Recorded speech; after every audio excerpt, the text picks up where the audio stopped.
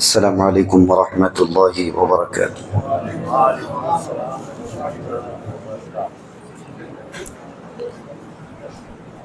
الحمد للہ رب العالمین والصلاة والسلام علی سید المرسلین وعلی آلہ واصحابہ اجمعین، اما بعد، اعوذ باللہ من الشیطان الرجیم، بسم اللہ الرحمن الرحیم۔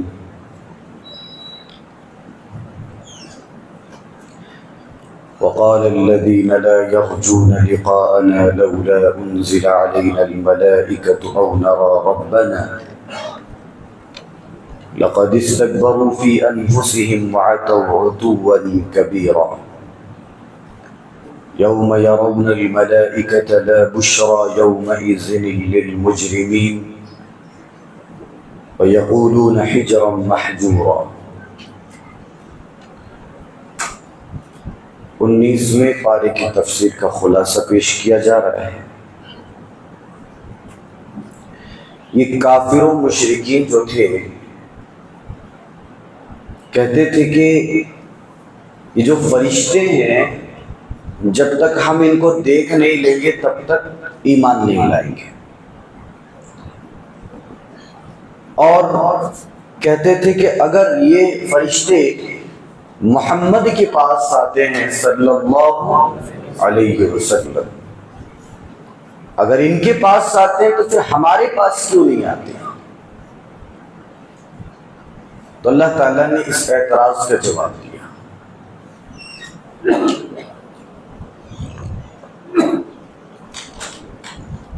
اللہ تعالیٰ نے اس اعتراض کا جواب دیا اور پارے کے شروع میں ہی بیان کر دیا۔ پہلے تو ان کے اعتراض کا تذکرہ کیا، اس کے بعد میں ان کے اعتراض کا جواب بھی دیا۔ فرمایا وقال الذين لا يرجون لقاءنا لولا انزل علينا الملائكة او نرى ربنا۔ یہ کافر اور مشرکین کہتے ہیں کہ یہ فرشتے محمد کے پاس کیوں آتے ہیں، ہمارے پاس کیوں نہیں آتے؟ یہ اعتراض کر رہے ہیں کہ یہ فرشتے جب تک ہم ان کو دیکھ نہیں لیں گے تب تک اسلام قبول نہیں کریں گے، ایمان نہیں لائیں گے۔ اللہ تعالیٰ بیان فرماتا ہے کہ ان فرشتوں کا ایک اعتراض یہ بھی تھا کہ اگر ہم فرشتوں کو نہ دیکھیں تو نہ دیکھیں، اگر تمہارے رب کو ہم نہ دیکھ لیں تو ہم اسلام قبول نہیں کریں گے۔ طرح طرح کی باتیں، ایک تو محمد کے پاس یہ کیوں آتا ہے، ہمارے پاس کیوں نہیں آتا؟ دوسری بات کہ ہم بھی دیکھیں گے فرشتوں کو، تیسری بات فرشتے نہیں تو ہم تمہارے رب کو دیکھیں گے جس کی طرف تم ہمیں دعوت دیتے ہو۔ تین چیز اللہ تعالیٰ نے بیان فرمایا۔ یوم یرون الملائکۃ لا بشری یومئذ للمجرمین ویقولون حجرا محجورا۔ یہ فرشتے کو جب دیکھیں گے تو ان کے لیے کوئی بشارت نہیں ہوگی، کوئی خوشخبری نہیں ہوگی۔ یہ جب فرشتوں کو دیکھیں گے تو ان کے لیے کوئی اچھی بات نہ ہوگی، ان کے لیے رحمت کی بات نہ ہوگی۔ اے اللہ، کیا یہ کافر و مشرکین بھی فرشتوں کو دیکھیں گے؟ اللہ بیان فرماتا ہے کہ ہاں، یہ فرشتے کو دیکھیں گے۔ کب دیکھیں گے؟ جب ان کی روح قبض عنصری سے پرواز کرے گی۔ جب یہ کافر و مشرکین مریں گے تو ان کے اوپر جو ہے فرشتوں کو مسلط کیا جائے گا۔ جب یہ فرشتوں کو دیکھیں گے تو ڈر جائیں گے اور کہیں گے کہ دور جاؤ دور جاؤ۔ جب کا عرب والے کسی پریشانی کو دیکھ لیتے تھے تو کہتے تھے حجرا محجورا، اے پریشانی مجھ سے دور ہو جا۔ یہ کافر و مشرکین بھی جب دیکھیں گے فرشتے کو تو کہیں گے حجرا محجورا، ہم سے دور ہو جاؤ، ہمیں نہ لے جاؤ۔ تو اللہ بیان فرماتا ہے کہ جب ان کے پاس فرشتے آئیں گے تو ان کے لیے کوئی بشارت نہیں ہوگی، کوئی خوشخبری نہیں ہوگی۔ دیکھیں، فرشتوں کو دیکھنے کے تھوڑے اسٹیجز ہیں، تھوڑے مرحلے ہیں۔ ایک تو کافر و مشرکین کو اللہ دکھاتا تھا، پہلے کے جو کافر و مشرکین تھے، جو نبی کا انکار کرنے والے تھے پہلی قوم میں، تو اللہ تعالیٰ ان اقوام کو دکھاتا تھا، ان لوگوں کو فرشتہ دکھاتا تھا۔ کب دکھاتا تھا؟ جب ان کے اوپر کوئی عذاب نازل کرنا ہوتا تھا تو اللہ تعالیٰ فرشتوں کو دکھا دیتا تھا کہ یہ دیکھو، یہ فرشتے دیکھ لو۔ تو فرشتہ ادھر عذاب لے کر آیا اور ادھر اللہ تعالیٰ نے فرشتے کو عیاں کر دیا کہ اب دیکھو، تم دیکھنے کی ضد کر رہے تھے، اب دیکھو۔ تو پہلی صورت جو ہے وہ یہ کہ فرشتہ اگر عذاب لے کر آئے کسی قوم کے پاس تو وہ دیکھ لیں گے۔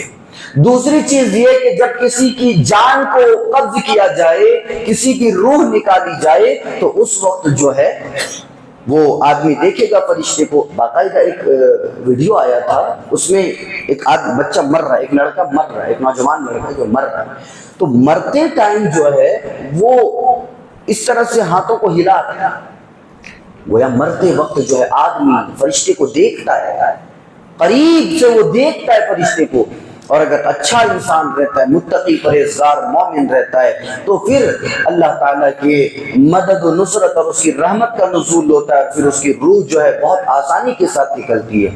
اور اگر وہیں پر بدماش ہوتا ہے، پرہیزگار نہیں ہوتا ہے، مشرک ہوتا ہے، کافر ہوتا ہے، گنہگار ہوتا ہے، فاسق ہوتا ہے، فاجر ہوتا ہے، تو پھر اس کی روح کو جو ہے جھنجھوڑ کر نکالا جاتا ہے، جس سے اس کو بڑی تکلیف ہوتی ہے۔ تو کہا فرشتوں کو دیکھنے کی ضد نہ کی جائے، یہ دیکھیں بات،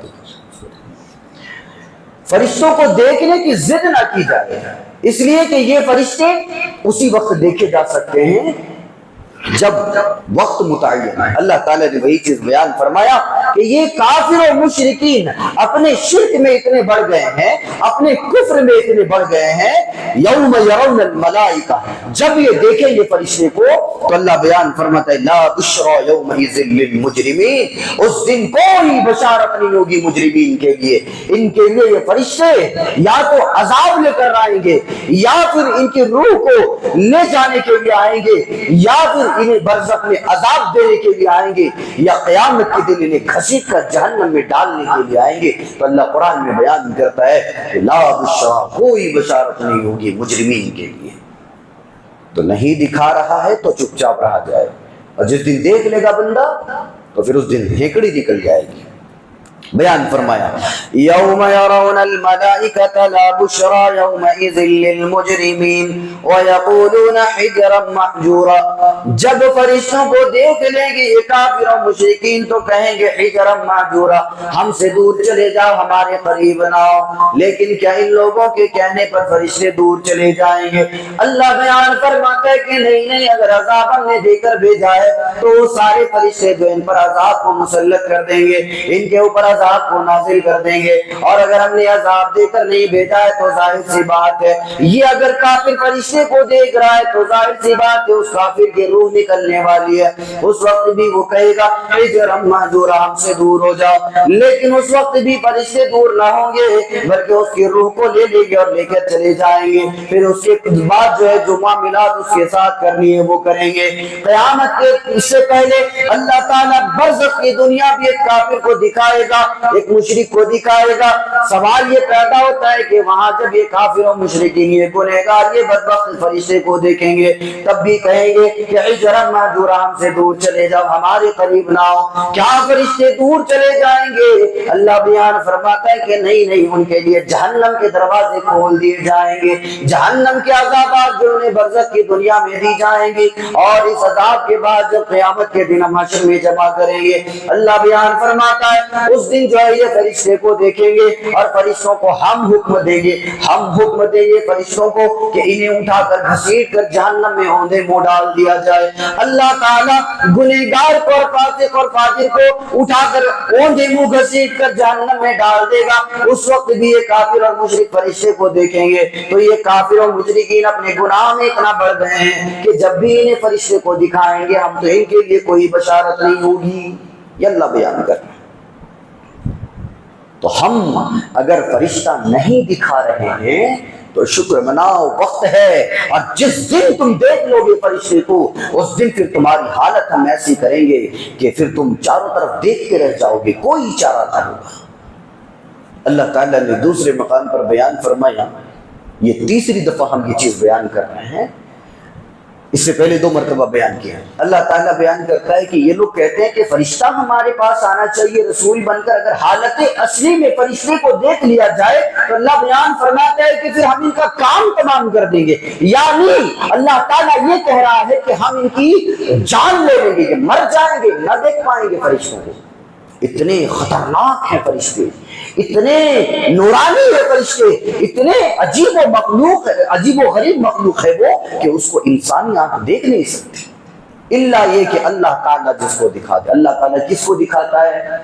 جب ایک مومن بندہ مرتا ہے تو اللہ تعالیٰ اس کو دکھا دیتا ہے کہ یہ دیکھ لے،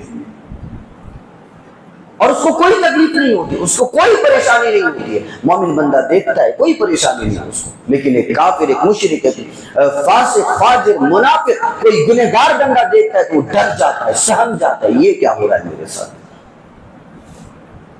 اللہ تعالیٰ نے آگے بیان فرمایا وَقَدِمْنَا إِلَى مَا عَمِلُوا مِنْ عَمَلٍ فَجَعَلْنَاهُ هَبَاءً مَنْثُورًا أَصْحَابُ الْجَنَّةِ يَوْمَئِذٍ خَيْرٌ مُسْتَقَرًّا وَأَحْسَنُ مَقِيلًا۔ اللہ تعالیٰ یہ بیان فرما رہا ہے کہ یہ جس دن بھی میرے فرشتوں کو دیکھیں گے تو کوئی خوشخبری نہ ہوگی، اور کافروں کے بارے میں یہ بیان کیا کہ جن کو تم اپنے اعمال سمجھتے ہو اور جن کو تم اپنی نیکیاں سمجھتے ہو، اللہ تعالیٰ بیان فرماتا ہے کہ ہم ان اعمال کو جو ہے ہباء منصورا، ریت کی طرح اڑا دیں گے۔ جن اعمال پر تمہیں فخر ہے، جن اعمال کو لے کر تم اتراتے ہو، ہم ان اعمال کو جو ہے ریت کی طرح اڑا دیں گے۔ اللہ تعالیٰ یہ بیان فرما رہا ہے کہ اپنے اعمال پر غرور نہ کرو، اپنے اعمال پر تکبر نہ کرو، اپنے اعمال پر اتراؤ نہیں۔ اگر کوئی بندہ 5 وقت نماز پڑھ رہا ہے تکبیر تحریمہ کے ساتھ اور صف اولا پر نماز پڑھ رہا ہے، اول صف میں آ کے نماز پڑھ رہا ہے، اللہ بیان فرماتا ہے کہ تمہیں اس عمل کو لے کر اترانے کی ضرورت نہیں ہے۔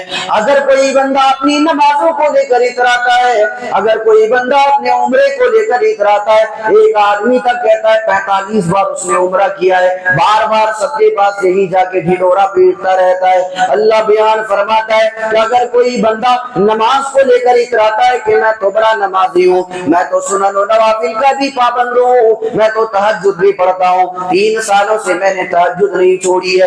ایک بندہ عمرہ کرنے گیا، عمرہ کے بعد وہ آتا ہے کہتا ہے میں نے 45 بار عمرہ کیا ہے، 45 بار عمرے کا تذکرہ کرتا ہے، وہ بار بار اس کو کہتے ہوئے اتراتا ہے۔ اللہ بیان فرماتا ہے کہ عمرے پر تمہیں اترانے کی کوئی ضرورت نہیں ہے۔ اگر کوئی بندہ اپنے نیک اعمال میں اتراتا ہے، اپنے نیک اعمال کو لے کر شوخی مارتا ہے، اپنے نیک اعمال کو لے کر وہ فخر محسوس کرتا ہے، پاک پروردگار عالم بیان فرماتا ہے کہ پھر ہم اس کے سارے اعمال کو ریت کی طرح اڑا دیتے ہیں۔ ریت سمجھ رہے؟ ریت کی طرح اڑا دیتے ہیں، اور ریت ہی نہیں بلکہ ذروں کی طرح اڑا دیتے ہیں، اور ان کے اعمال کی حیثیت ایک ذرے کے برابر ہوتی ہے، اللہ کے نزدیک کوئی قدر و قیمت نہیں ہوتی۔ ذرہ سمجھتے ہیں؟ سوراخ ہوتا ہے، کسی گھر میں سوراخ ہوتا ہے، صبح جب سورج آتا ہے یا پھر روم میں اگر اندھیرا چھایا ہوا ہے، اس سوراخ سے جو روشنی آتی ہے، اس روشنی میں دیکھیے گا چھوٹے چھوٹے چھوٹے چھوٹے ذرے اڑ رہے ہیں۔ اللہ بیان فرماتے ہیں اتنی بڑی بڑی نیکیوں کو ہم ذروں کے برابر اڑا دیں گے، اور ان کی حیثیت ہم ذروں کی طرح کر دیں گے، کوئی حیثیت نہیں۔ فَجَعَلْنَاهُ هَبَاءً مَنْثُورًا، ذروں کے برابر ہم ان کی نیکیوں کو اڑا دیں گے۔ اللہ تعالیٰ اس کے بعد قیامت کا نقشہ کھینچتے ہوئے بیان فرماتا ہے وَيَوْمَ يَعُضُّ الظَّالِمُ عَلَى يَدَيْهِ يَقُولُ يَا لَيْتَنِي اتَّخَذْتُ مَعَ الرَّسُولِ سَبِيلًا۔ کچھ لوگ قیامت کے دن آئیں گے اور اپنے ہاتھوں کو کتریں گے، اپنے ہاتھوں کو کھا جائیں گے۔ جی ہاں، آج اگر مسلمان یا کوئی بھی بندہ پریشانی میں مبتلا ہوتا ہے، انگلیوں کو کترتا ہے یا ناخن چبانے کی عادت ہوتی ہے کسی کو، اللہ بیان فرماتا ہے آج دنیا میں تمہارے اوپر جب اتنی سی مصیبت آ جاتی ہے، تم ناخن چباتے ہو، انگلیاں چباتے ہو، قیامت کے دن ان لوگوں پر اتنی بڑی مصیبت آ جائے گی کہ پھر وہ اپنے ہاتھ کو چبائیں گے، اور دنیا میں جس طرح چباتے ہیں اس طرح نہ چبائیں گے بلکہ چبا چبا کر ہاتھوں کو کھا جائیں گے۔ اتنی بڑی مصیبت، اللہ اکبر، لرزا دینے کے لیے کافی نہیں ہے یہ، آدمی کے رونگٹے کھڑے کر دینے کے لیے کافی نہیں ہے یہ۔ آدمی اپنے ہاتھ کو چبائے گا اور ہاتھ کو چبا کر کھانا شروع کر دے گا، یہ مصیبت اور پریشانی کا عالم ہوگا قیامت کے دن۔ اللہ بیان فرماتا ہے کہ جو ہے قیامت کے دن یہ ہوگا وَيَوْمَ يَعَضُّ الظَّالِمُ عَلَىٰ يَدَيْهِ يَقُولُ يَا لَيْتَنِي اتَّخَذْتُ مَعَ الرَّسُولِ سَبِيلًا، کیا کہے گا کاش کہ میں رسول کی بات مان لیتا، کاش میں رسول کے ساتھ ہو جاتا، کاش میں حدیث کا ماننے والا ہو جاتا۔ اس آیت کریمہ کے اندر اہل قرآن کو منہ توڑ جواب دیا گیا، کہا گیا کہ جو صرف قرآن قرآن قرآن قرآن کرتے اور کہتے ہیں ہم حدیث کو نہیں مانتے، اللہ تعالیٰ نے ان کو جواب دیا کہ یہ دیکھو قیامت کے دن کچھ لوگ ایسے بھی آئیں گے جو بہت عبادت کرنے والے لیکن کافر و مشرکین کے ساتھ رہنے والے، اور کچھ لوگ آئیں گے جن پر اتنی بڑی پریشانی ہوگی جن کی نیکیوں کو ہم ذرے کی طرح اڑا دیں گے، پھر پریشانی ان کے اوپر اتنی بڑی آ جائے گی کہ وہ اپنی انگلیوں کو نہیں، اپنے ناخنوں کو نہیں، بلکہ اپنے ہاتھوں کو کتریں گے، چبائیں گے، کھائیں گے اپنے ہاتھوں کو، اور کہیں گے کہ کاش ہم رسول کی اتباع کر لیتے۔ تو رسول کی اتباع کا مطلب یہ ہوا کہ حدیث کے معنی و مفہوم کو سمجھا جائے اور حدیث رسول کو قبول کیا جائے، ایکسپٹ کیا جائے۔ اگر کوئی بندہ کہتا ہے ہم صرف قرآن کو مانتے حدیث کو نہیں مانتے، تو اس آیت کریمہ کا وہ اچھے سے مطالعہ کرے۔ اللہ تعالیٰ نے آگے بیان فرمایا یا ویلتا لیتنی لم اتخذ فلانا خلیلا، وہ اپنے ہاتھوں کو کترے گا اور اپنے ہاتھوں کو چبائے گا، اپنے ہاتھوں کو کھائے گا، مارے افسوس کے اور مارے خوف کے، مارے ڈر کے، اور پریشان اتنا ہوگا کہ وہ اپنے ہاتھوں کو چبائے گا۔ قرآن میں اللہ تعالیٰ بیان فرماتا ہے کہ کچھ لوگ ایسے بھی آئیں گے جو کاش کریں گے کہ کاش ہم فلاں کو اپنا دوست نہ بنائے ہوتے، فلاں کو اپنا خلیل نہ بنائے ہوتے، فلاں کو اپنا یار نہ بنائے ہوتے۔ کچھ لوگ ایسے آئیں گے جن کو آج اپنی دنیا میں دوستی پر بڑا فخر ہے، اپنی دوستی کو لے کر وہ اتراتے ہیں اور جگہ جگہ پر جا کے وہ یہ بولتے رہتے ہیں کہ ہماری دوستی ایسی دوستی کہ ہماری دوستی کی لوگ مثال دیتے ہیں، یہ وہ ساری چیزیں یہ دنیا کی حد تک ہے۔ اللہ بیان فرماتا ہے اگر تمہارا دوست صحیح ہے تو پھر ٹھیک ہے، اور اگر دوست صحیح نہیں ہے تو قیامت کے دن وہی دوست تمہارے پول کھول دے گا۔ جی قیامت کے دن جو ہے ایک دوست اپنے دوست کے سارے پول کھول دے گا۔ اللہ اس نے میرے ساتھ یہ گناہ کیا تھا، اس نے میرے ساتھ یہ جرم کیا تھا، اس نے میرے ساتھ یہ غلطیاں کی تھی۔ قیامت کے دن ایک دوست کے پول کھولنا شروع کر دے گا۔ اور دوسری جگہ پر یہ بیان کیا گیا کہ جو آج دنیا میں بڑا دوستی کا جو ہے باتیں بیان کرتے ہیں دوستی کے بارے میں، وہ یہ بھی کہتے ہیں کہ آج ہماری دوستی ایسی ہے ویسی، قیامت کے دن ان کا معاملہ ہو جائے گا کہ وہ دوست جو آج دنیا میں دوست تھا قیامت کے دن دشمن بن جائے گا، دشمن بن جائے گا وہ قیامت کے دن۔ جی تو دوست جب بنائیں، یہ دوستی صرف دوستی، جب لفظ دوستی آتی ہے تو نوجوانوں کے اوپر تصور جاتا ہے کہ دوستی صرف نہیں، نوجوانوں کی صرف دوست نہیں ہوتے ہیں، 40 سال کا جو آدمی ہے اس کے بھی دوست ہوتے ہیں، جو 50 سال کا ہوتا ہے اس کے بھی دوست ہوتے ہیں، جو 60 سال کا ہوتا ہے اس کے بھی دوست ہوتے ہیں۔ بہرکیف دوست ہر انسان کے ہوتے ہیں، لیکن اپنی دوست پر نظر ڈالا جائے کہ ہم دوست کس کو بنائیں۔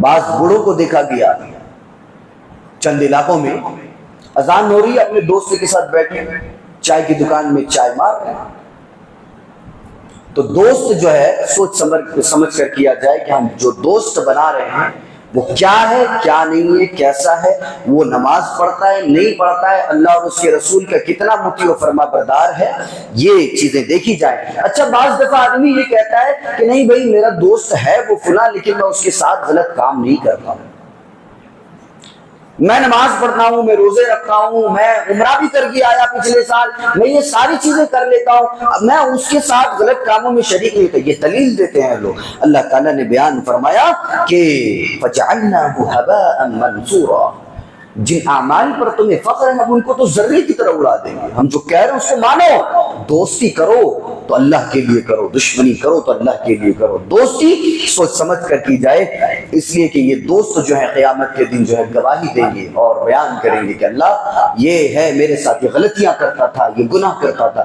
دوست قیامت کے دن پول کھول کے رکھ دے گا۔ اللہ آگے بیان فرماتا ہے لَقَدْ أَضَلَّنِي عَنِ الذِّكْرِ بَعْدَ إِذْ جَاءَنِي وَكَانَ الشَّيْطَانُ لِلْإِنسَانِ خَذُولًا۔ اللہ تعالیٰ یہ بیان فرماتا ہے کہ دوست دشمن بن جائیں گے، اور جو ہے پول کھول دیں گے، اور جن اعمال پر تمہیں فخر ہے ہم ان اعمال کو تو اڑا دیں گے ذروں کی طرح اور ریت کی طرح ان اعمال کو اڑا دیں گے۔ اللہ تعالیٰ بیان فرماتا ہے کہ جو شیطان ہے، شیطان تمہارا سب سے بڑا دشمن ہے، لہذا دوستی کرو تو دیکھ کے کرو، دشمنی کرو تو دیکھ کے کرو، کہیں تم جس کو دشمن بنا رہے ہو کہیں وہ تمہارا دوست تو نہیں ہے، اور جس کو تم دوست بنائے بیٹھے ہو اللہ تعالیٰ بیان فرماتا ہے کہ کہیں وہ تمہارا دشمن تو نہیں ہے۔ خذولہ کہا جاتا ہے ایسا انسان جو دوستی کے روپ میں دشمن ہو، جی جو دوستی کے روپ میں دشمن ہو اس کو خذولہ کہا جاتا ہے۔ آج دیکھیں بہت سارے جو لوگ ہیں جو دوستی کا جو ہے بہانہ مارتے ہیں اور دشمن بن کے پیچھے سے وہ حملہ کرتے ہیں، ہے کہ نہیں ایسی؟ اور پھر جب ان کی بات سامنے آ جاتی ہے تو بندہ کہتا ہے نہیں وہ میرا دوست ہے، اس نے میرے ساتھ دھوکہ کیا، میں اس کے ساتھ بات نہیں کروں گا، یہ وہ طرح طرح کی باتیں۔ تو اللہ تعالیٰ بیان فرما رہے کہ شیطان بھی ویسے ہی ہے، دوستی کا جو ہے ہاتھ دے کر وہ تم سے دشمنی کر رہا ہے، اور پھر وہ تمہیں ایسی گہری کھائی میں ڈھکیل دے گا کہ تم پھر وہاں سے اٹھ نہیں پاؤ گے۔ آج دنیا میں بھی اگر کوئی دوست کسی دوست کو دھوکہ دے دے، اور چلو دھوکہ نہ دے، وہ اپنے دوست کے ساتھ رہے، ہمیشہ رہے، کھانے پینے اٹھنے بیٹھنے چلنے پھرنے سیر و سیاحت ہر جگہ وہ دوست بن کر رہا، لیکن جب پریشانی آئی، جب مصیبت آئی، دوستی کا ہاتھ چھوڑ دیا چلا گیا۔ ایسا ہوتا ہے کہ نہیں؟ ہوتا ہے، اور یہ نوجوانوں کے ساتھ بہت ہوتا ہے۔ تو اللہ تعالیٰ کہہ رہا ہے کہ اگر ایسا معاملہ ہو جائے تو تم چھوڑ دو اس کو، کیونکہ یہ آدمی ایسا ہے جو قیامت کے دن تمہارے کام نہیں آئے گا۔ اگر وہ دنیا میں تمہیں چھوڑ کے جا رہا ہے، قیامت کے دن تو وہ خود پریشان ہوگا، وہ ساری چیزیں تمہارے اوپر ڈال دے گا، اللہ اس کی وجہ سے ایسا ہوا۔ تو ایسے دوستوں سے جو ہے دور رہا جائے جو پریشانی اور مصیبت میں چھوڑ کے چلا جائے۔ آگے اللہ تعالیٰ بیان فرماتا ہے وقال الرسول یا رب ان قوم اتخذوا هذا القرآن مہجورا۔ بڑی بہترین بات اللہ تعالیٰ نے بیان فرمائی کہ اللہ کے رسول صلی اللہ علیہ وسلم یہ بیان کر رہے ہیں یا ربی۔ قرآن کریم کے اندر کہیں بھی لفظ نہیں آیا، یہ سورۃ الفرقان کے اندر یہ لفظ ہے یا ربی۔ جہاں بھی آیا تذکرہ رب کا تو رب حب لی من الصالحین آیا، ربنا آیا، رب زدنی علما آیا، یا ربی نہیں آیا۔ لیکن اگر یہاں پر یا ربی آ رہا ہے تو گویا کوئی بڑی بات بیان کی جا رہی ہے۔ اللہ تعالیٰ بیان فرماتا ہے وقال الرسول، رسول کہتا ہے یا ربی، اے میرے پروردگار، ان قوم اتخذوا هذا القرآن مہجورا، اے اللہ یقیناً میری قوم نے قرآن کو مہجورا بنا دیا۔ مہجورا کیا؟ مہجورا، مہجورا کا مطلب کیا؟ مہجورا کا مطلب یہ ہے کہ ایک چیز ہے لیکن وہ کام میں نہیں آ رہا ہے۔ اللہ اکبر! یہ کافر و مشرکین نے قرآن کو، اور اللہ کے نبی بیان فرما رہا ہے کہ میری قوم نے قرآن کو مہجورا بنا دیا، جس سے استفادہ کرنا چاہیے تھا، جس کو کام میں لانا چاہیے تھا، جس کو پکڑ کے رہنا چاہیے تھا، یہ میری قوم نے اس کو مہجورا بنا دیا۔ یعنی یہ کلام ہے لیکن اس سے استفادہ نہیں کیا جا رہا ہے، یہ کلام ہے لیکن اس کو پڑھا نہیں جا رہا ہے، یہ کلام ہے لیکن اس پر عمل نہیں کیا جا رہا ہے، یہ کلام ہے لیکن اس کو تلاوت نہیں کی جا رہی ہے۔ اللہ کے نبی بیان فرما رہے ہیں یا اے اللہ یا ربی، اے اللہ میری قوم نے اس کلام کو مہجورا بنا دیا۔ یعنی یہ کلام تو ہے استفادے کی، لیکن میری قوم نے اس کو مہجورا بنا دیا کہ استفادہ کرنے کے بجائے اس کو رکھی ہوئی ہے۔ آج ہے کہ نہیں مسلمانوں میں ایسی چیزیں؟ مسلمان کتنے مسلمان ہیں جن کو چاہیے کہ قرآن پڑھیں، پڑھنا نہیں آتا، 40 سال کا ہو گیا پڑھنا نہیں آتا، بچپن میں اس طرح ماحول نہیں بنا، نہیں پڑھ پائے قرآن، ابھی چلو نماز روزہ کر رہا ہے، 2-4 سورتیں یاد ہے، دعائیں یاد ہے، نماز روزہ کر رہا ہے کسی طرح، اب وہ چاہتا ہے کہ قرآن پڑھا جائے، قرآن کو سیکھا جائے۔ آج ہم یہ نہیں کہیں گے کہ آپ بیٹھ کے قرآن سیکھیں۔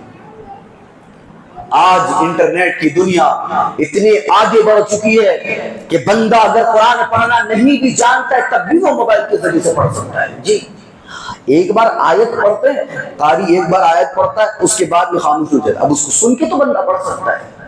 ضروری نہیں ہے کہ کسی مولوی ملا کے پاس جایا جائے، اور اس کو پڑھا جائے. آج شرم بھی آتی ہے مسلمانوں کو قرآن کی تعلیم حاصل کرنے میں. ارے ہم بڑے ہو گئے. اچھا کچھ علاقے تو ایسے دیکھے گئے جہاں پر قرآن کو پڑھنے اور قرآن کو سیکھنے کے لیے بچوں کو بھیجا جاتا ہے, اور جب وہ 5ویں کلاس کے بعد 6ٹھی کلاس جاتا ہے یا 7ویں کلاس جاتا ہے, اب اس کو مدرسہ نہیں بھیجیں گے. کیوں نہیں بھیجتے اپنے بچوں کو مدرسے؟ کہتا ہے کہنے والا بچے بڑے ہو گئے. ارے بچے بڑے ہو گئے, قرآن نہیں پڑھیں گے, قرآن نہیں سیکھیں گے. اور یہی بچے جب بڑے ہو جاتے ہیں, جب ان کو اللہ تعالیٰ عقل شعور اور جو ہے صحیح سوچ عطا کرتا ہے, تو پھر انہیں پچھتاوا ہوتا ہے کہ کاش ہم بھی قرآن پڑھ لیے ہوتے. ایسے علاقے دیکھے گئے, باقاعدہ ہم نے دیکھے. 5ویں کلاس کے بعد بچوں کو مدرسہ نہیں بھیجا جا رہا ہے. کیوں نہیں بھیج رہے ہو؟ مکتب کیوں نہیں بھیج رہے ہو؟ قرآن کیوں نہیں پڑھا رہے ہو؟ مولوی صاحب بچہ بڑا ہو گیا ہے, اب کیا کرے گا مکتب جا کے؟ بچہ بڑا ہو گیا تو مکتب نہیں جائے گا, لیکن بچہ بڑا ہو گیا وہ اسکول جائے گا, وہ کالجز جائے گا, وہ یونیورسٹیز جائے گا, وہ اکیڈمیز میں پڑھے گا, ساری دنیا کی چیزیں وہ کرے گا. لیکن ہائے وہ بدنصیب کتاب یہی کلام ہے جس کو پڑھنے کی جب بات آئے اور جس کو سمجھنے کی بات جب آئے تو بندہ کہتا ہے بچہ بڑا ہو گیا اب نہیں پڑھے گا. عجیب جرات دیکھیے اس کی.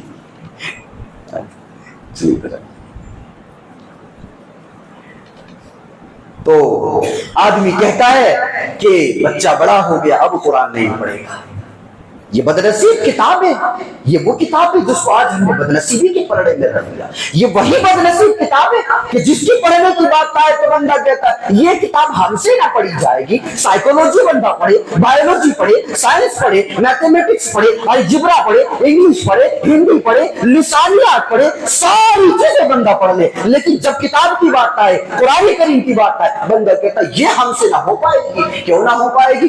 یہ کتاب بڑی مشکل کتاب ہے. ارے بے اللہ کہتا ہے ہم نے اس کتاب کو آسان بنایا. بندہ کہتا ہے نہیں ہم سے نہیں ہو پائے گی یہ کتاب. باقی دوسری ساری چیزیں وہ پڑھ لے گا, منطق پڑھ لے گا, فلسفہ پڑھ لے گا, ساری مشکل چیزیں پڑھ لے گا, تاریخی کتابوں کو کھنگال کر وہ بڑا مورخ بن جائے گا. لیکن اس کتاب کی بات جب آتی ہے تو کہتا ہے یہ ہم سے نہ ہو پائے گا.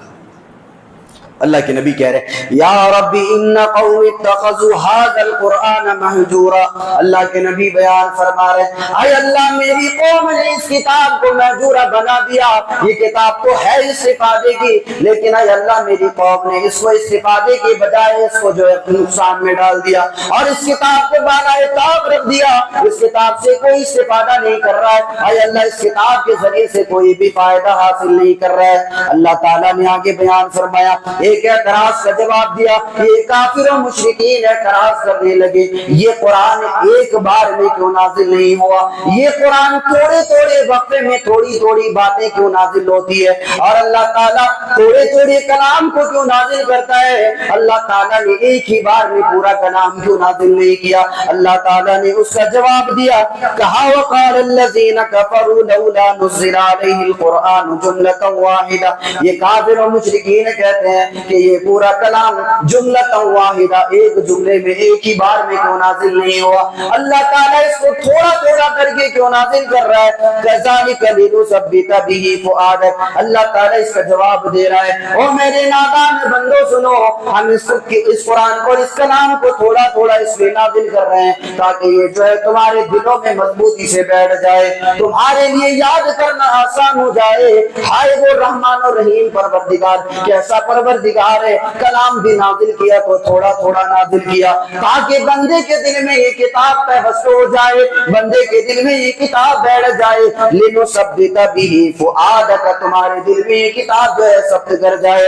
ورتلناه ترتیلا, اور تمہیں پڑھنے میں آسانی ہو, تمہیں سمجھنے میں آسانی ہو.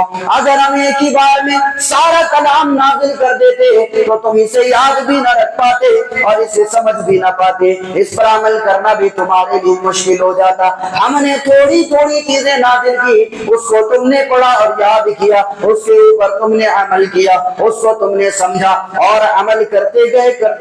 جب ان اعمال کے تم عادی بن گئے تو ہم نے تھوڑا سا عمل بڑھا دیا, جب اس کے عادی بن گئے تو ہم نے تھوڑا سا عمل اور بڑھا دیا. اللہ تعالیٰ نے اس طرح سے قرآن کریم کو نازل کیا. یہ جو کافر اور مشرکین کہنے لگے, یہود و نصارہ کہنے لگے کہ اللہ تعالیٰ نے تورات کو ایک ہی بار میں نازل کیا, انجیل کو ایک ہی بار میں نازل کیا، زبور کو ایک ہی بار میں نازل کیا، صحف موسیٰ اور صحف ابراہیم کو اللہ تعالیٰ نے ایک ہی بار میں نازل کیا، لیکن یہ قرآن ایک ہی بار میں کیوں نازل نہیں ہوا؟ اللہ تعالیٰ نے کہا کہ ہم نے اس کتاب کو ایک ہی بار میں نازل کیا اور وقتاً فوقتاً وہی کرتے رہ گئے، تو اللہ تعالیٰ نے اس کتاب کو ایک ہی بار میں نازل کیا اور لوح محفوظ میں محفوظ کر دیا۔ جی یہ کتاب بھی وقتاً فوقتاً وحی کی گئی، لیکن نزول کے اعتبار سے یہ کتاب ڈائریکٹ نازل ہوئی اور پورا ساتھ میں نازل ہوئی۔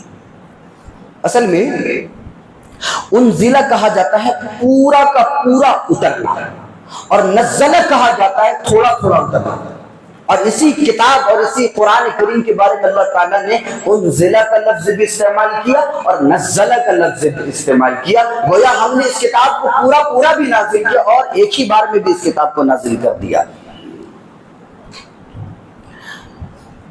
ایک چیز ہے،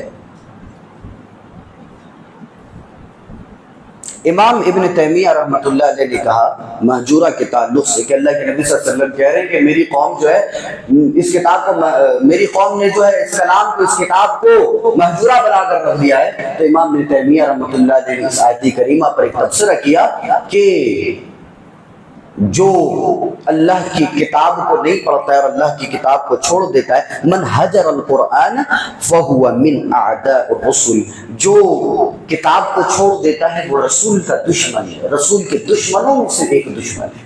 کیا بڑی بات ہے! آج ہم دیکھیں امام ابن تیمیہ کی قول کو سامنے رکھے اور دیکھیں ہم نے اس کتاب کو کتنا پکڑ کے رکھا ہے، ہم نے اس اللہ کے رستے کو کتنا مضبوطی سے تھام کے رکھا ہے۔ اگر ہم نے اس کو مضبوطی سے نہیں تھاما ہے تو پھر جائزہ لیا جائے، پرکھا جائے کہ ہم کیا کر رہے ہیں۔ اور امام ابن تیمیہ نے جو کہا کہ وہ رسول کے دشمنوں میں سے ایک دشمن ہے۔ اللہ تعالیٰ نے آگے ایک چیز بیان فرمایا، وَهُوَ الَّذِي أَرْسَلَ الرِّيَاحَ بُشْرًا بَيْنَ يَدَيْ رَحْمَتِهِ، وہی ذات ہے جو بارش سے پہلے خوبصورت اور ٹھنڈی ٹھنڈی ہوائیں بھیجتا ہے، بشارت دینے والی ہوائیں بھیجتا ہے، رحمتیں بھیجتا ہے۔ اللہ تعالیٰ بیان فرماتا ہے وَأَنزَلْنَا مِنَ السَّمَاءِ مَاءً طَهُورًا، اور پھر وہی اللہ ہے جو آسمان سے پاک پانی کا نزول کرتا ہے۔ دیکھیں اس آیت کریمہ کے اندر اللہ تعالیٰ نے انسان کو جو دو بنیادی چیزیں چاہیے ان دو بنیادی چیزوں کا تذکرہ کیا ہے، اور پہلے اس چیز کا تذکرہ کیا جو انسان کو اشد ضرورت ہے، اس کے بغیر وہ 2 منٹ نہیں رہ سکتا، اور دوسری مرتبہ جب تذکرہ کیا تو اس چیز کا تذکرہ کیا کہ بندہ 2-4 دن رہ تو لے گا لیکن زیادہ دن تک نہیں رہ سکتا۔ پہلی چیز جو ہے وہ ہوا کا تذکرہ ہے، اور دوسری چیز جو ہے وہ پانی کا تذکرہ ہے کہ بندہ ہوا کے بغیر، آکسیجن کے بغیر 2-4 منٹ زیادہ سے زیادہ وہ رک سکتا ہے، اس کے بعد نہیں رک سکتا، اور پانی 2-4 دن رک سکتا ہے، پانی کے بغیر اس کے بعد وہ مر جائے گا۔ تو اللہ تعالیٰ نے 2 انسان کو زندگی بخشنے والی چیزوں کا تذکرہ کیا کہ یہ 2 چیزیں ہیں جس سے ہم تمہیں زندگی دیتے ہیں۔ اللہ تعالیٰ نے یہاں پر جو ہے ریاح کا لفظ استعمال کیا۔ قرآن کریم کے دیکھیں ریاح کا معنی بھی ہوا ہوا، ریاح من ہوا، اور ریح اس کا بھی مطلب ہوا ہوا، لیکن ریاح جو ہے یہ اس وقت استعمال کیا گیا جب ہوا کو مومنوں کے لیے بھیجا گیا اور ہوا کو بطور بشارت بھیجا گیا کہ دیکھو اب بارش نازل ہونے والی ہے، اور ریح کا لفظ اللہ تعالیٰ نے وہاں استعمال کیا جہاں ہوا کے ذریعے سے عذاب بھیجنا تھا، اللہ تعالیٰ نے ریح کا لفظ وہاں پر استعمال کیا۔ آگے دیکھیں اللہ تعالیٰ کیا بیان کرتا ہے، وَهُوَ الَّذِي مَرَجَ الْبَحْرَيْنِ هَذَا عَذْبٌ فُرَاتٌ وَهَذَا مِلْحٌ أُجَاجٌ۔ یہ آیت کریمہ جو ہے، اس آیت کریمہ کو میں نے منتخب اس لیے کیا تاکہ آپ لوگوں کو یہ واضح ہو جائے، معلوم ہو جائے کہ یہ آیت کریمہ ایک ایسی آیت کریمہ ہے کہ اس کو پڑھنے میں اچھے لوگ گڑبڑی کر دیتے ہیں، اور اس آیت کریمہ کو پڑھنے میں غلطی اتنی ہو جاتی ہے کہ پھر پورا معنی و مطلب بدل کے رہ جاتا ہے۔ اللہ نے بیان فرمایا وَهُوَ الَّذِي مَرَجَ الْبَحْرَيْنِ، وہی اللہ ہے جس نے دو دریاؤں کو ملا دیا، ھذا عذب فرات، ایک طرف میٹھے پانی کا دریا ہے، اور وھذا ملح اجاج، دوسری طرف کھارے پانی کا دریا ہے، وجعل بینہما برزخا وحجرا مہجورا۔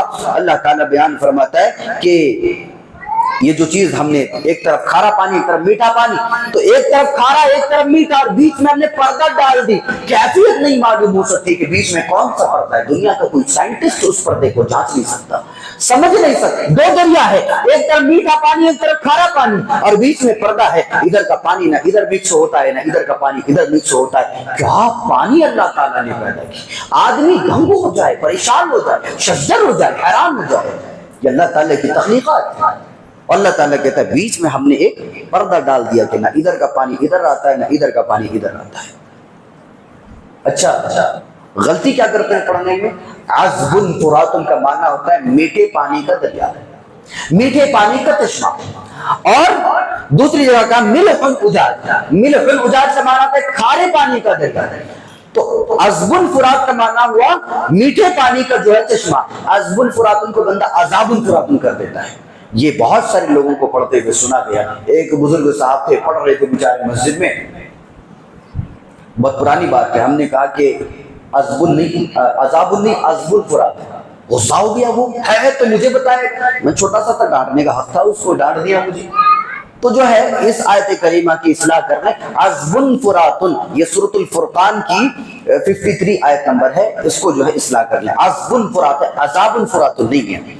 اللہ تعالیٰ نے بیان فرمایا اس کے بعد وَتَوَكَّلْ عَلَى الْحَيِّ الَّذِي لَا يَمُوتُ، توکل کس پر کرنا ہے، بھروسہ کس پر کرنا ہے؟ زندے پر کرنا ہے۔ ارے زندے پر، میں کیا میری ذات پر بھروسہ کر لوں؟ کیا میں اپنے بھائی پر بھروسہ کر لوں؟ کیا میں اپنے ساتھی پر بھروسہ کر لوں؟ کیا میں اپنے ماں باپ پر بھروسہ کر لوں؟ اپنے رشتے دار پر بھروسہ کر لوں؟ اللہ کہتا ہے وَتَوَكَّلْ عَلَى الْحَيِّ، جو زندہ ہے اس پر بھروسہ کیا جائے۔ اور آگے اور ایک جملہ اللہ نے بتا دیا، الَّذِي لَا يَمُوتُ، زندہ ایسا زندہ ہونا چاہیے جو کبھی مرتا نہیں ہے۔ کیا کلام ہے! کہا پہلے کہ زندے پر بھروسہ کرو، اور زندہ بھی ایسا زندہ ہونا چاہیے جو کبھی نہیں مرتا ہے، اور یہ ذات تو صرف اللہ کی ذات ہے۔ جنات بھی مرتے ہیں، بہرکیف ان کی عمریں بہت زیادہ ہوتی ہیں، ہزاروں سال تک ہوتی ہے۔ آج بھی جنات ہیں، ان کی جو ہے عمریں ہزاروں سال تک ہوتی ہے، لیکن بہرکیف وہ بھی مرتے ہیں۔ ہر نفس کو مرنا ہے، یہاں تک کہ فرشتے بھی ایک دن مر جائیں گے۔ تو جس کو موت آنی ہے اس کو جو ہے اس پر توکل اور بھروسہ نہیں کیا جا سکتا، جس کو مرنا ہے اس پر بھروسہ نہیں کیا جا سکتا، اس پر توکل نہیں کیا جا سکتا۔ ساری دنیا کے نفوس کو مرنا ہے، ساری دنیا کے جانوں کو مرنا ہے، فرشتوں کو بھی مرنا ہے، جنات بھی مرتے ہیں، انسان بھی مرتے ہیں، ساری چیزوں کو مرنا ہے، فنا ہو جانا۔ اس کے بعد اللہ تعالیٰ نے کہا، دیکھیں سورۃ الفرقان کی آیتیں چل رہی ہیں، اب یہاں پر اللہ تعالیٰ نے عباد الرحمن کہا، وعباد الرحمن الذین یمشون علی الارض ہونا۔ اللہ تعالیٰ نے یہاں پر کہا کہ رحمان کے بندوں کی خصوصیات کیا ہیں۔ اب رحمان کے بندوں کی خصوصیات سنیے، وعباد الرحمن الذین یمشون علی الارض ہونا واذا خاطبهم الجاہلون قالوا سلاما۔ مفسرین نے لکھا ہے کہ اللہ رب العالمین نے اس آیت کریمہ کے اندر اور اس کے بعد میں آنے والی آیات کے اندر پورے 11 خصوصیات اور صفات کا تذکرہ کیا۔ کسی نے کہا کہ 13 صفات کا تذکرہ کیا کہ مومنین جو ہیں ان کے اندر یہ صفات ہوتی ہیں۔ وَعِبَادُ الرَّحْمَنِ الَّذِينَ يَمْشُونَ عَلَى الْأَرْضِ هَوْنًا، رحمان کے بندے جب راستے پر چلتے ہیں، رحمان کے بندے جب زمین پر چلتے ہیں تو پھر وہ تواضع اور خاکسار ہو کر چلتے ہیں، یعنی تواضع و وقار کے ساتھ چلتے ہیں۔ تواضع کا یہ مطلب نہیں ہے کہ بندہ خود کو بیمار بنا لے اور چلے، اتنا جھک کر نہ چلے، اتنا کمزور اور لاغر ہو کر نہ چلے کہ پھر سامنے والے کو لگے کہ یہ بیمار ہو گیا۔ اللہ تعالیٰ کو ایسا آدمی بھی پسند نہیں ہے جو ہے تو صحت مند ہے لیکن خود کو بیمار بتا رہا ہے۔ تو بندے کو چاہیے کہ وہ جہاں تواضع کے ساتھ چل رہے وہاں وقار بھی رکھے، یعنی زیادہ اکڑ کر نہ چلے اور زیادہ جھک کر نہ چلے کہ سامنے والے کو لگے کہ یہ بیمار ہے۔ وعباد الرحمن الذین یمشون علی الارض ہونا، جب میرے رحمان کے بندے زمین پر چلتے ہیں تو پھر وہ اپنے آپ کو تغاظر خاکسار بنا کر چلتے ہیں، وقار کے ساتھ چلتے ہیں۔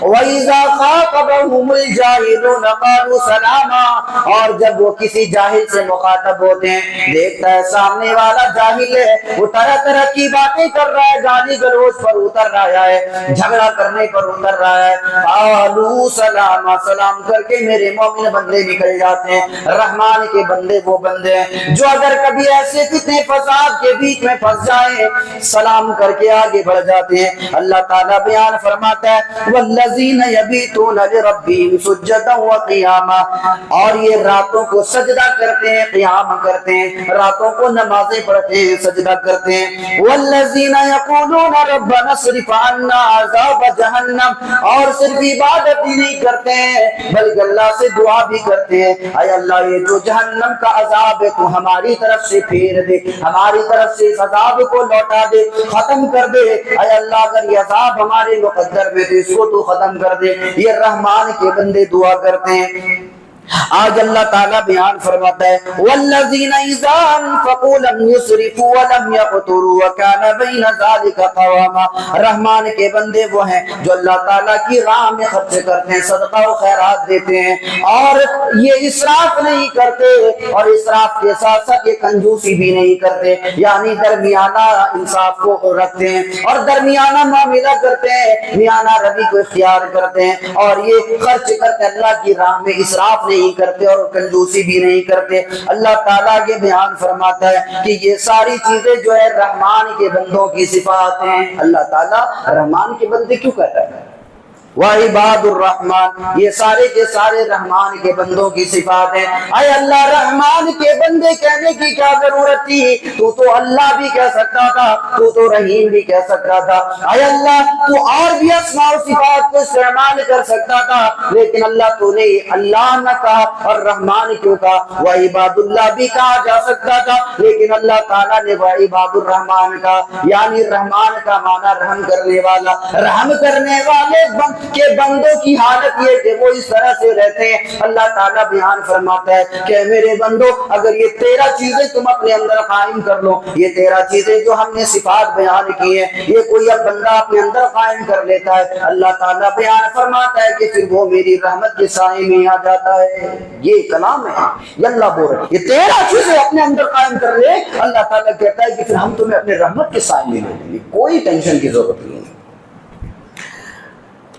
إِلَّا مَنْ تَابَ وَآمَنَ وَعَمِلَ صَالِحًا فَأُولَئِكَ يُبَدِّلُ اللَّهُ سَيِّئَاتِهِمْ حَسَنَاتٍ۔ دنیا جہان کی ساری کتابیں کھنگال لیجئے، جتنی کتابیں پڑھ لیجئے اور دیکھیے کہ ایسا کلام کس کتاب میں لکھا ہوا ہے، ایسی بات کس کتاب میں لکھی ہوئی ہے۔ اللہ کہہ رہا ہے فَأُولَئِكَ يُبَدِّلُ اللَّهُ سَيِّئَاتِهِمْ حَسَنَاتٍ، اگر کوئی گنہگار بندہ ہے اپنے گناہوں سے توبہ کر لیتا ہے تو اللہ تعالیٰ کہتا ہے کہ ہم اس سے سارے گناہوں کو نیکیوں میں بدل دیتے ہیں۔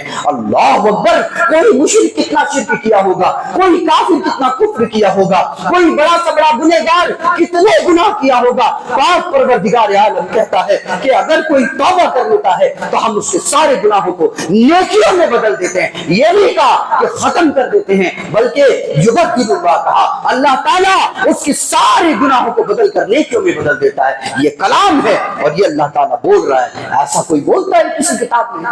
یہ کتاب ہے جس میں اللہ تعالیٰ بیان کرتا ہے یہ توبہ کا پاور ہے، یہ توبہ کا مقام ہے کہ بندہ اگر توبہ کر لے تو اللہ تعالیٰ نہ صرف اس کے گناہوں کو ختم کرتا ہے بلکہ ان گناہوں کو جو ہے بدل کر نیکیوں میں بدل دیتا ہے۔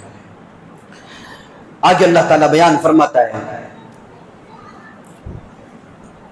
والذین لا یشہدون الزور واذا مروا باللغو مروا کراما، لغو بات کی طرف بھی مومنین نہیں جاتے ہیں، جی لغو بات جو ہوتا ہے اس کی طرف بھی نہیں جاتے ہیں۔ اور مان لو کبھی لغو کاموں میں اگر لغو راستے میں چل گئے تو اور لغو جگہ پر چلے گئے تو وہاں پر جو ہے ایسے جاتے ہیں جیسے جھٹکا دے کر وہاں سے چلے گئے۔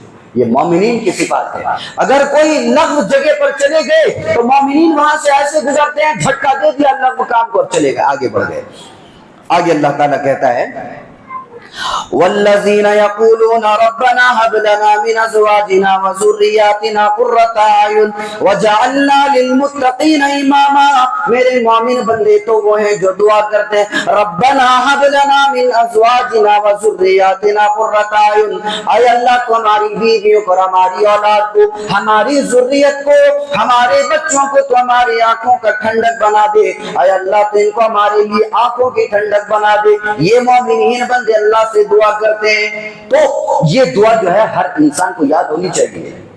اب آدمی بولے میری شادی نہیں کی، میں بیوی کی ٹھنڈک کی دعا کیسے کروں؟ تو بھئی شادی تو دل کرنی ہے نا اللہ کی توفیق سے انشاءاللہ. تو انشاءاللہ نہیں بول رہے، جو شادی نہیں کی ان کی نہیں ہوگی. انشاءاللہ کے بارے میں پرسوں ہی ہم نے بتایا، انشاءاللہ کہا کہ شادی نہیں ہوگی. تو اللہ نے کہا کہ ازواجنا وذریاتنا قرۃ اعین. یہ مومن بندے دعا کرتے ہیں کہ اے اللہ ہماری جو بیویاں ہیں اور جو ذریت ہے ان کو جو ہے تو ہماری آنکھوں کا ٹھنڈک بنا دے. اس لیے کہ بہت ساری بیویاں اور بہت سارے اولاد ایسے ہیں جو ایک مرد کے لیے عذاب بن چکے ہیں. جی یہ کوئی ڈھکی چھپی بات نہیں ہے. بہت ساری بیویاں، بہت سارے اولاد اپنے ایک مرد کے لیے عذاب بن چکی ہے، اور وہ بیوی اور وہ اولاد سارے مل کر اس مرد کو دھوکہ دے رہے ہیں. ارے بھائی کم سے کم بیٹا تو سوچے، اولاد تو سوچے. نہیں، ماں کے سپورٹ میں رہ کے دیکھ رہے ماں غلط کر رہی ہے، پھر بھی وہ ماں کے ساتھ مل کے باپ کو دھوکہ دے رہا ہے. بہت غلط بات ہے، ایسا نہیں کرنا چاہیے. اسی لیے کہا گیا یہ دعا کرو. مومنین کی جو ہے یہ صفات یہ دعا کرتے ہیں ربنا هب لنا من ازواجنا وذریاتنا قرۃ اعین وجعلنا للمتقین اماما. اللہ تعالیٰ نے یہاں پر ایک چیز ہے، مفسرین نے لکھا ہے کہ ماں اگر اچھی ہو تو اولاد اچھے ہوتے ہیں. جی ماں اگر اچھی ہے تو اولاد اچھے ہوتے ہیں، اور اگر ماں صحیح نہیں ہے تو پھر اولاد صحیح نہیں ہوتے. جی کیوں؟ اس لیے کہ اللہ تعالیٰ نے کہا نساؤکم حرث لکم.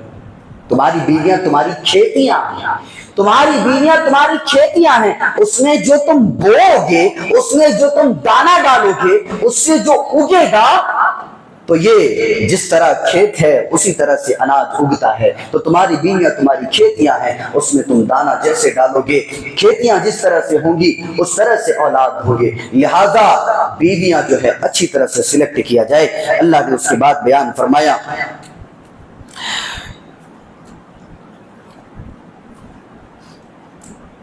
قُلْ مَا يَعْبَأُ بِكُمْ رَبِّي لَوْلَا دُعَاؤُكُمْ. یہاں پر جو ہے ایک چیز سمجھ لیں کہ اللہ سے اگر کوئی بندہ دعا نہیں کرتا ہے، مانگتا نہیں ہے. یہ آیت کریمہ کیا عجیب و غریب آیت ہے. دیکھیں آج بندہ نماز پڑھ رہا ہے، روزہ رکھ رہا ہے، حج کر رہا ہے، زکوٰۃ دے رہا ہے، صدقہ کر رہا ہے، ساری عبادتیں کر رہا ہے، لیکن اس کو معلوم نہیں کہ دعا بھی ایک عظیم عبادت ہے، یہ بھی مجھے کرنا ہے. یہ دعا کو چھوڑ دیتا ہے. اللہ کہہ رہا ہے کہ اگر کوئی بندہ مجھ سے دعا نہیں کرتا ہے، مجھ سے مانگتا نہیں، تو مجھے کوئی پرواہ نہیں. وہ مرے کٹے جائے کہاں بھی جائے، مجھے کوئی پرواہ نہیں. اب ایک چیز دیکھ لیں، اگر باپ اپنے بیٹے سے کہے کہ تو جا، تو کہیں بھی چلا گیا، بیٹے کو برا لگتا ہے کہ ارے اب تک تو قید میں رکھا تھا، اب اچانک سے لاپرواہ ہو گیا میرا باپ مجھ سے، تو پھر یہ اچھا نہیں لگتا ہے. وہ قید میں، باپ کے قید میں رہنا اچھا لگتا ہے. باپ اگر آزاد کر دے تو اچھا نہیں لگتا ہے. جی تو اگر اللہ تعالیٰ کہے کہ جا ہم نے تمہیں آزاد کر دیا، ہمیں کوئی پرواہ نہیں، تم کچھ بھی کرو، یہ اچھا نہیں ہے. اللہ تعالیٰ اپنے بندوں کو قید میں رکھتا ہے. میرے بندوں ایسا نہ کرو. اور قید میں اس وقت رکھا جاتا ہے کہ بندہ قریبی ہو. جی اگر بندہ قریبی ہے تو اللہ تعالیٰ اس کو قید میں رکھتا ہے. اور اگر وہ دعاؤں سے دور چلا گیا ہے، اللہ سے دور چلا گیا ہے، اللہ کہتا ہے کوئی مجھے سروکار نہیں، کوئی پرواہ نہیں کہ تم کیا کر رہے ہو کیا نہیں کر رہے ہو. آگے جو ہے دعاؤں کا تذکرہ کیا گیا. ایک چیز یہ ہے کہ دعا جو ہے قبولیت کی بہت ساری چیزیں، اس میں سے 3 چیزیں میں آپ لوگوں کو بتاتا ہوں کہ بلاؤں کو دور کرنے کے لیے، مصیبت کو دور کرنے کے لیے بندہ دعا کرتا ہے. اللہ تعالیٰ تو یہ میری مصیبت دور کر دے. اللہ تعالیٰ نے قرآن کریم کے اندر ایک زاویہ بتایا، مفسرین نے لکھا ہے کہ بلاؤں کو دور کرنے کے لیے 3 چیزیں کریں. وہ 3 چیزیں کون سی ہیں؟ پہلی چیز جو ہے وہ یہ ہے کہ دعا کریں. پہلی چیز، ایک چیز ہے، یہ پوری چیز نہیں، ایک چیز ہے دعا کریں. دعا کرے اللہ تعالیٰ تو میری یہ پریشانی دور کر دے. لا الہ الا انت سبحانک انی کنت من الظالمین. بہت ساری دعائیں قرآن کریم کے اندر، احادیث مبارکہ کے اندر بندہ دعا کرے مصیبت اور بلاؤں کو دور کرنے کے لیے. پہلی چیز دعا کرے. دوسری چیز جو ہے وہ یہ ہے نعمتوں کو یاد کرے. اے اللہ میرا بزنس ڈاؤن ہو گیا تھا، تو نے میرا بزنس جو ہے بڑھا دیا۔ اے اللہ میرے پاس یہ نہیں تھی، تو نے میرے پاس یہ عطا کر دی، مجھے یہ دے دی۔ اے اللہ تو نے وہ کر دی۔ نعمتوں کو یاد کرے اور یاد کر کر کے نعمتوں کا شکریہ ادا کرے۔ تو دوسری چیز نعمتوں کا شکریہ ادا کرے، اور تیسری چیز جو ہے وہ بہت ہی اہم اور بہت ہی ضروری ہے۔ تیسری چیز جو ہے وہ یہ ہے کہ کمزوروں کی مدد کی جائے۔ جی اللہ تعالیٰ اس سے دعا قبول کر لیتا ہے۔ کمزوروں کی مدد کی، فوراً اللہ تعالیٰ اس بلا کو ٹال دیتا ہے۔ اگر کوئی پریشانی ہے، مصیبت ہے، بلا ہے، کمزوروں کی مدد کر کے دیکھیے اللہ تعالیٰ، پھر یہ دعا کیجئے اور نعمتوں کا شکر ادا کیجئے، کمزوروں کی مدد کیجئے، اللہ تعالیٰ فوراً بلا کو ہٹا دے گا۔ ایک چیز ہے، پھر حضرت موسیٰ علیہ السلام کا تذکرہ آگے سورۃ الشعراء کے اندر کیا گیا کہ حضرت موسیٰ علیہ السلام جو ہیں یہ گئے کنواں کے پاس، دیکھا بڑے طاقتور تھے، بہت طاقتور تھے، ایک گھوسا مارا قبطی کو تو وہ قبطی مر ہی گیا، ایک گھوسے سے مر گیا، سمجھ رہے کتنے طاقتور تھے، ایک گھوسا مارا اس کو مر دیا ہوا۔ حضرت موسیٰ علیہ السلام یہ گئے، دیکھا کنویں میں ڈھکن لگا ہوا ہے اور جو ہے وہاں پر چند لڑکیاں کھڑی ہیں، 2 لڑکیاں کھڑی ہوئی ہیں۔ کہا کہ کیا چاہیے؟ تو لڑکیوں نے کہا کہ پانی چاہیے، ہم اپنی بکریوں کو پانی پلانے آئے ہیں۔ حضرت موسیٰ علیہ السلام نے ڈھکن کو اٹھایا اور اٹھانے کے بعد ڈھکن کو ساڑی اور کنویں سے پانی نکالا اور پانی نکال کے ان 2 لڑکیوں کو دے دیا، انہوں نے اپنی جو ہے بکریوں کو پلا کو لے کے چلے گئے۔ اب دیکھیے اس کا تذکرہ ہم آگے کریں گے۔ اللہ تعالیٰ نے یہاں پر جو ہے حضرت موسیٰ علیہ السلام کا تذکرہ کیا، قال لم نربک فینا ولیدا ولبثت فینا من عمرک سنین۔ موسیٰ علیہ السلام سے فرعون کہنے لگا کہ اے موسیٰ کیا تجھے ہم نے پالا نہیں، کیا ہم نے تجھے پوسا نہیں، کیا تو ہمارے پاس ایک طویل عمر تک رہا نہیں؟ یہ فرعون موسیٰ علیہ السلام سے کہہ رہا ہے کہ اے موسیٰ کیا تو ہمارے پاس رہا نہیں، کیا تو ہمارے پاس ہماری روٹی نہیں کھایا، تو کیا ہمارا نمک نہیں کھایا؟ یہ فرعون کہہ رہا ہے حضرت موسیٰ علیہ السلام سے۔ فرعون بھی جانتا تھا نا، ارے اس کو جس کو ہم نے پال پوس کے بڑا کیا یہی ہمارے خلاف کھڑا ہے۔ اور اللہ تعالیٰ کا پاور کیا ہے دیکھیے، دشمن کے گھر میں دشمن کی پرورش کر دی، اللہ اکبر، دشمن کے گھر میں دشمن کی پرورش کر دی۔ حضرت موسیٰ کہاں پلے بڑھے؟ فرعون کے محل میں۔ وَفَعَلْتَ فَعَلْتَكَ الَّتِي فَعَلْتَ وَأَنْتَ مِنَ الْكَافِرِينَ، تو نے اس قبطی کو مار دیا، تو نے جس قبطی کو مارا تو نے یہ اچھا نہیں کیا، تو نے یہ بہت غلط کام کیا۔ ان دونوں آیت کریمہ کو سامنے رکھیں اور 2 چیزیں سمجھیں۔ ایک چیز تو یہ ہے کہ کسی کے عیب کو بیان کرنا یہ فرعون کی صفت فرعون ہے، اور کسی کے عیب کو چھپا لینا یہ صفت یوسف ہے، یوسفیت ہے۔ کسی کے عیب کو بیان کرنا، بار بار اس کی عیب جوئی کرنا یہ فرعونیت ہے، اور کسی کے عیب کو چھپا لینا یہ یوسفیت ہے۔ اسی لیے کہ فرعون یہاں پر عیب کو بیان کر رہا ہے، اور یوسف علیہ السلام سے جب پوچھا گیا کہاں تھے تو کہہ رہے میں جیل سے نکلا ہوں۔ یہ نہیں کہا کنویں سے نکلا ہوں، کہا جیل سے نکلا ہوں۔ تو کسی کے عیب کو چھپا لینا یہ اچھی بات ہے، اور بیان کر دینا یہ فرعونیت ہے۔ احسان جتلانا نہیں چاہیے، جیسے کہ فرعون احسان جتلا رہا ہے تو ہمارے پاس رکا نہیں، کیا ہم نے تجھے پالا نہیں، ہمارا نمک نہیں کھایا، اس طرح سے وہ احسان جتلا رہا ہے۔ اللہ کہہ رہا ہے احسان نہیں جتلانا۔ کیوں؟ اس لیے کہ کوئی اگر احسان جتلاتا ہے احسان کر کے تو اللہ بیان کرتا ہے کہ ہم اس کو بلندی سے نیچے کی طرف لے آتے ہیں، جیسا کہ فرعون کو اللہ تعالیٰ نے اوپر سے نیچے کی طرف لے آیا، بلندی سے پستی کی طرف لے آیا۔ آگے اللہ رب العالمین نے بیان فرمایا کہ فلما ترى الجمعان قال اصحاب موسى انا لمدركون۔ سارے لوگ جب موسیٰ کے ساتھ سمندر کے پاس پہنچے، دریا کے پاس پہنچے، کنارے میں کھڑے، سارے لوگ کہنے لگے انا لمدركون، اے موسیٰ ہم سارے کے سارے پھنس گئے، ہم سارے کے سارے تو پھنس گئے، پیچھے فرعون کی لاؤ لشکر ہے اور سامنے جو ہے وہ سمندر ہے، اب ہم جائیں تو کہاں جائیں؟ سارے کے سارے لوگ پریشان ہو گئے۔ ایک آدمی کھڑا ہوا، قال کلا، کہنے لگا ہرگز نہیں، انما یا ربی سیہدین، یقیناً اللہ تعالیٰ ہماری مدد کرے گا۔ پوچھنے والا پوچھتا ہے کیسے مدد کرے گا؟ نہیں معلوم کیسے مدد کرے گا، لیکن وہی اللہ تعالیٰ ہے جو مدد کرے گا۔ اب اللہ تعالیٰ جو ہے یہاں پر یہ بیان کر رہا ہے کہ اگر سارے لوگ مجھ سے نا امید ہو جاتے تو پھر ہم ان کی مدد نہ کرتے۔ ایک بندہ امید پر قائم رہا، امید جو ہے اس کو اللہ تعالیٰ سے تھی، ایک بندے کی امید کی وجہ سے اللہ تعالیٰ نے پوری قوم کو بچا لیا۔ اور اللہ تعالیٰ نے کیسے بچایا؟ بندہ کہتا ہے انما معی ربی سیہدین، یقیناً اللہ تعالیٰ ہمیں بچائے گا۔ پوچھنے والا پوچھتا ہے کیسے بچائے گا؟ کہنے والا کہتا ہے نہیں معلوم کیسے بچائے گا، لیکن وہی اللہ ہے جو بچائے گا۔ پھر اللہ تعالیٰ نے جو بچایا، اس طرح سے کسی قوم کو نہ بچایا، اس طرح سے کسی انسان کو نہ بچایا۔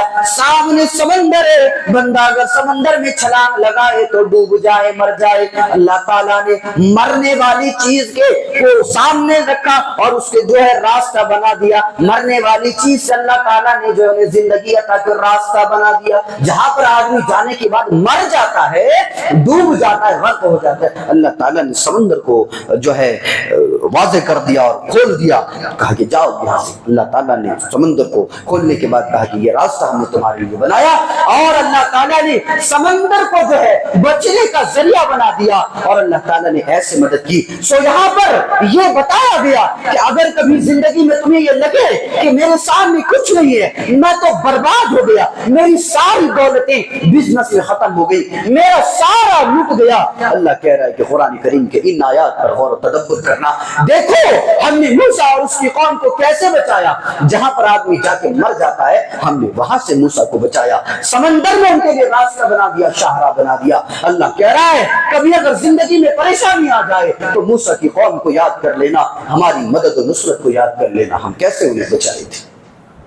آدمی دیکھتا ہے بہت پریشان، پریشانی میں مبتلا ہے اور وہ امید کھو دیتا ہے۔ تو امید نہیں کھونا چاہیے، اس لیے کہ امید کھونے کے بعد بندہ گویا زبان حال سے کہتا ہے کہ یہ میری مصیبت کو کوئی دور ہی نہیں کر سکتا۔ وہ اللہ تعالیٰ کے اوپر جو ہے طرح طرح کی باتیں کرنے لگتا ہے، اور اگر باتیں نہ بھی کرے تو وہ زبان حال سے کہتا ہے، اندر ہی اندر کہتا ہے اتنی بڑی پریشانی والا کیسے ٹلے گی۔ اللہ تعالیٰ ٹالنے والی ذات ہے، وہ اللہ تعالیٰ کیسے بھی ٹال دے گا۔ اسی چیز کا تذکرہ کیا، اضرب بعصاک البحر، اے موسیٰ اپنی عصا کو بحر میں مارو، سمندر میں مارو، پھر دیکھو ہم راستہ بنا دیتے۔ اللہ تعالیٰ نے جو ہے راستہ بنا دیا۔ اس کے بعد جو ہے ایک چیز بیان فرمائے، اذ قال لأبيه وقومه ما تعبدون قالوا نعبد اصناما فنظل لها عاکفین۔ یہ حضرت ابراہیم علیہ السلام کا تذکرہ کہ جب اپنے ابو سے کہنے لگے ابا جان یہ کیا کر رہے ہیں آپ، اپنی قوم سے کہنے لگی یہ کیا کر رہے ہیں، یہ معبودات باطلہ کی پرستش اور عبادت کر رہے ہیں، ان کی پوجا کر رہے ہیں۔ کہنے لگے ہم یہی کرتے آ رہے ہیں، ہم یہی کریں گے۔ قالوا نعبد اصناما فنظل لها عاکفین، ہم ان کی عبادت کرتے تھے، یہی کرتے رہیں گے۔ ایک مفسر نے بڑا ہی بہترین تفسیرہ لکھا ہے اس کے اوپر، بڑا ہی بہترین تفسیرہ کیا، کہتا ہے کہ عبادت جو ہے وہ انسان کی فطرت میں ہے۔ جی عبادت انسان کی فطرت میں ہے، اگر اس کو اللہ نہیں ملتا ہے تو وہ غیر اللہ کی عبادت کرتا ہے، اگر اس کو اللہ نہیں ملتا ہے تو وہ غیر اللہ کی عبادت کرتا ہے۔ بہرکیف عبادت انسان کی فطری ہے، فطرت میں شامل ہے۔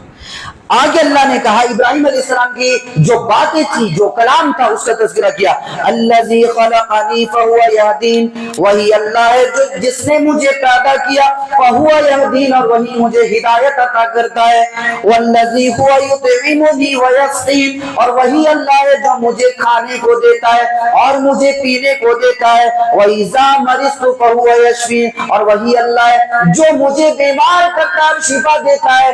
یہاں پر غور کرنے والی بات ہے کہ اللہ تعالیٰ نے ان ساری آیات سے پہلے سب سے پہلی جو آیت بیان فرمائی، الذی خلقنی ویہدین، کہ وہی اللہ ہے جو مجھے پیدا کرتا ہے، ویہدین، اور جو مجھے ہدایت دیتا ہے، اور اس کے بعد میں کھانے پینے کا تذکرہ کیا۔ معلوم یہ ہوا کہ کھانا پینا، یہ کپڑا، یہ دولت، یہ ساری چیزیں جو ہے بعد میں آتی ہے، سب سے پہلے ہدایت آتی ہے۔ اگر بندے کے پاس ہدایت نہیں ہے تو اس کا بہتر سے بہتر کھانا کوئی کام نہیں ہے۔ اللہ نے یہ چیز بیان فرمایا کہ اگر تم بہت اچھے اچھے کھانے پکوان کھاتے ہو اور تم یہاں وہاں جاتے ہو، گھومتے ہو، پھرتے ہو، موج مستی کرتے ہو، کسی کام کے نہیں ہے اگر تمہارے پاس ہدایت نہیں ہے۔ اور اگر بندے کے پاس ہدایت ہے پھر وہ جائے گھومے پھرے، اللہ کی نعمتوں کا مزہ چکھے۔ اس کے بعد جو میں ایک چیز کا تذکرہ کر دیتا ہوں، بڑا ہی بہترین اور بڑی اچھی بات ہے، حضرت موسیٰ علیہ السلام کا جو پیچھے چھوٹ گیا۔ حضرت موسیٰ علیہ السلام جو ہے ان دونوں لڑکیوں کی مدد کر دیتے اور ان کی جو بکریاں تھیں ان کو پانی پلا دیتے۔ یہ دونوں لڑکیاں گئی، ابا کو بتائیں ابا ایسا ایسا ایسا ایسا نوجوان لڑکا تھا، اس نے ہماری مدد کی۔ ابا بڑا خوش ہو گیا، وہ بھی نبی تھے، جی وہ نبی تھے۔ یہ دو لڑکیاں جو آئی تھی ان کے ابو بھی نبی تھے۔ کہا کہ اچھا کون ہے وہ؟ کہا وہ ہے، بلا کے لاؤ اس کو۔ مدین بلایا گیا موسیٰ کو، اور مدین بلانے کے بعد کہا گیا کہ یہ میری 2 بچیاں ہیں، کس سے شادی کرو گے؟ کہہ لے وہ پہلی والی۔ حضرت موسیٰ شادی شدہ نہیں تھے، کہنے لگے وہ پہلی والی، اس سے شادی کرنا، ٹھیک ہے کام کرنا پڑے گا تمہیں، کام کرنا۔ حضرت موسیٰ علیہ السلام جو ہے کام کرنے لگے پورے۔ اللہ تعالیٰ نے کہا سمانی حجت، اللہ تعالیٰ اس کے بعد جو ہے ایک واقعہ بیان کرتا ہے کہ حضرت موسیٰ اور ان کی بیوی جو ہے چلنے لگے، راستے میں کڑاکے کی ٹھنڈی، بڑی پریشانی، ٹھنڈ سے کانپ رہے ہیں۔ حضرت موسیٰ علیہ السلام اور ان کی بیوی بیچ میں پڑاؤ ڈالے، دیکھا آگ نظر آ رہی ہے، گئے جا کے دیکھا، دیکھنے کے بعد دیکھ رہے ہیں آگ تو ہے نہیں، وہاں تو درخت ہے سوکھا ہوا، اور آگ وہاں پر دہک رہی ہے۔ تو آگ کا کام کیا ہوتا ہے؟ درخت کو جلا کر خاک کر دینا، لیکن یہاں پر آگ دہک رہی ہے تو آگ جو ہے وہ درخت کو سوکھا نہیں کر رہا ہے، بلکہ وہ آگ اس درخت کو جتنا دہک رہا ہے اتنا جو ہے ہریالی اس میں لا رہا ہے اور اس کو اور ہرا بھرا باغ بنا رہا ہے۔ کیا کیفیت ہوگی! اللہ تعالیٰ کہتا ہے اے موسیٰ میں اللہ ہوں، میں یہ کر رہا ہوں۔ حضرت موسیٰ علیہ السلام نے کہا لاٹھی مارو۔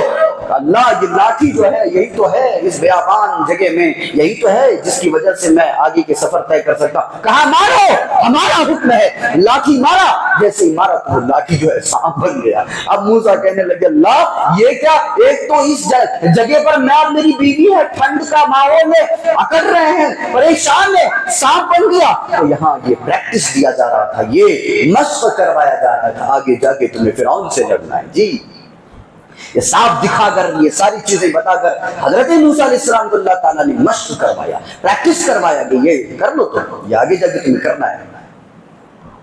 گئے جا کے اللہ تعالیٰ سے کہہ اللہ میں آگ لینے آیا ہوں، میرے لیے نہیں، میری بیوی کے لیے، اپنے لیے نہیں کہا۔ حضرت موسیٰ نے کہا اے اللہ میں آگ لینے آیا ہوں، میری بیوی ہے، میں اس کے لیے آگ لینے کے لیے آیا ہوں تاکہ وہ ٹھنڈ سے بچ جائے۔ اور یہ وہی بیوی ہے جس کے لیے حضرت موسیٰ علیہ السلام نے یہ کہا قرآن نے 8 سال برتن مانجے، یہ وہی بیوی ہے جس کے لیے حضرت موسیٰ نے 8 سال تک اس آدمی اپنے سسر کے گھر میں کام کیا۔ کہا پہلے گئے جانے کے بعد کس سے شادی؟ کہا اس سے، ٹھیک ہے چلو مزدوری کرو۔ 8 سال تک مزدوری کی، اس گھر میں کام کاج کیا، غلامی کی، اور وہاں پر رہ کے برتن مانجے۔ ایسی کہاں ملتی ہیں ایسی بیویاں جن کے لیے برتن مانجے جائیں؟ جی آج ہیں ایسی بیویاں، لہذا ایسی بیویاں تلاش کی جائیں کہ جن کے لیے برتن مانجنا بھی سعادت کی بات ہو۔ اللہ تعالیٰ ہم جیسے کنواروں کو ایسی بیویاں عطا کرے، آمین۔ دعا کریں پروردگار عالم سے کئی باتوں کو اچھی طرح سمجھنے اور ان باتوں پر عمل کرنے کی توفیق عطا فرمائیں، آمین۔ وآخر دعوانا الحمد للہ رب العالمین، والسلام علیکم ورحمۃ اللہ وبرکاتہ۔